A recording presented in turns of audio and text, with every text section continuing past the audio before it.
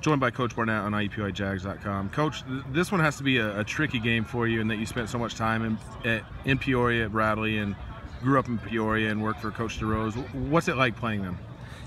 I think that's part of the night for sure, but tonight is more about our student athletes getting the opportunity to go out and compete against a fast physical soccer team in Bradley, and for our guys to be in a game where across the field they're probably more athletic than us. They're probably used to playing a more tougher brand of soccer than we are, and for our guys to compete man for man across the field the way that they did, in particular in the second half, I'm very proud of them, because that was the challenge going into the night, and that's what we talked to them about all week at training, and that's what we prepared them for yesterday, day before game. That's what we talked to them about in pregame, and I think that they responded and rose to that challenge real nice, and I'm proud of our guys for that. And yeah, obviously it's nice to play against you know, your former boss and all those student athletes that I know so well and that I helped bring to that program. But at the end of the day, when the whistle blows and the lights are on and we're out here between the white lines, it's business and it's competition, and I was just happy to have our guys respond in the way that they did. Now, you always say that goals change games. They get one in the first 5 minutes. What did that change in terms of what they were able to do the remainder of the match and what you had to do the remainder of the match? Yeah, I mean, I think that allows them to be all honest with you, rest some guys and save them and prepare them more for their match on Sunday, and then they can get some other guys out there to get minutes and continue to get their fitness and sharpness up, and they can sit back in. They don't have to press the issue going forward as much as they probably would have if we were able to keep the game at a deadlock over the course of it for much longer, because I think even if you look at it after that chance, we didn't concede a ton of dangerous stuff to them.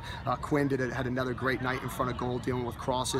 We defended our penalty area well. We didn't give up any goals on restarts tonight for a team that thrives on long throws, that thrives on corner kicks. So again, proud of our guys for all those pieces. And then obviously, yeah, we're trying to go forward, and I think you saw the game get pretty stretched there in the second half, which opened us up in some areas. But again, our recovery, defending, and our 3 center backs did a great job dealing in those moments and then getting the ball back forward again. And we just have to have more quality at the end of the day in the final third. That's the difference right now for us.